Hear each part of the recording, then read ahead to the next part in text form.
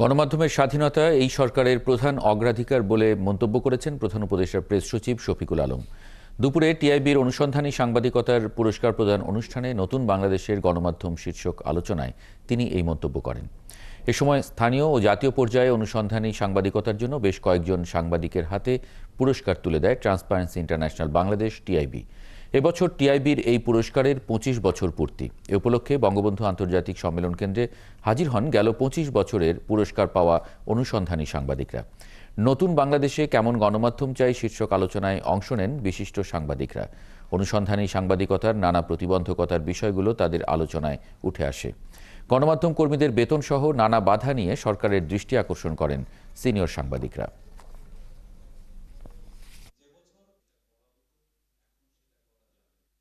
আমরা কাউকে কোনো মিডিয়াকে প্রমোট করছি না, কোনো মিডিয়ার এগেনস্টে নামছিও না, কাছা খুলে নামছিও না। আমরা কাউকে কোনো জায়গায় বসাচ্ছি না। কেউ যদি বলেন যে এই প্রতিষ্ঠানে আমাদের লোকগুলোকে আমরা অ্যাপয়েন্টমেন্ট দিয়েছি, এটা একটা ডাহা মিথ্যা। আমরা জার্নালিজমটাকে কঠিন করতে চাই না, বাট জার্নালিজম যাতে ইথিক্যালি গ্রাউন্ডেড থাকে সেটা আমরা করতে চাই।